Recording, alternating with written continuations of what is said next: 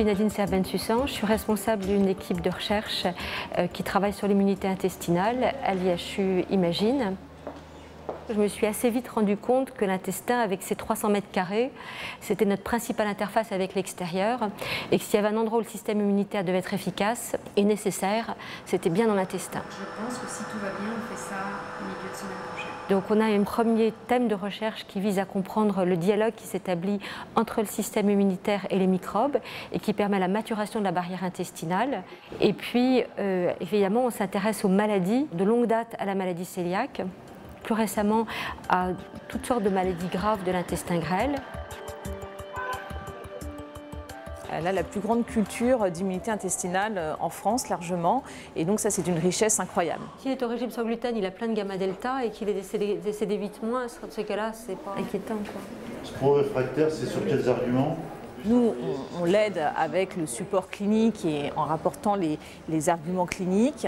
Et elle a forcément, du fait de sa culture, les idées mécanistiques pour ensuite élaborer le programme de recherche.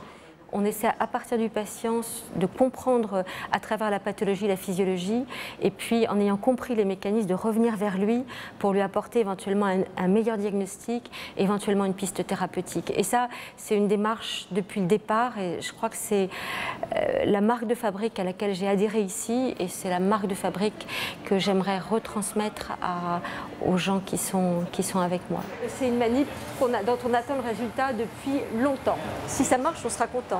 Si ça ne marche pas, on tâchera de faire face. C'est une charge très lourde de prendre en charge des plus jeunes parce que c'est éventuellement, quand on fait de la recherche, les égarer sur des pistes où ils peuvent éventuellement se perdre. On y arrivera. C'est quelque chose que j'aimerais bien leur donner les outils intellectuels qui sont les miens pour qu'ils puissent les utiliser au mieux et les mettre à leur sauce à eux et avec tout ce qu'ils peuvent apporter pour faire mieux.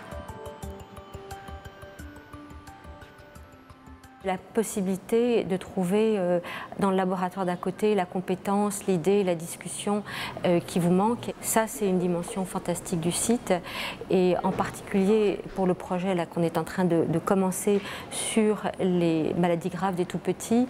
Beaucoup de ces maladies sont à l'interface avec d'autres maladies qui sont déjà étudiées par un certain nombre de collègues et donc c'est vrai que c'est l'occasion de créer un réseau de compétences et ça c'est vraiment excitant.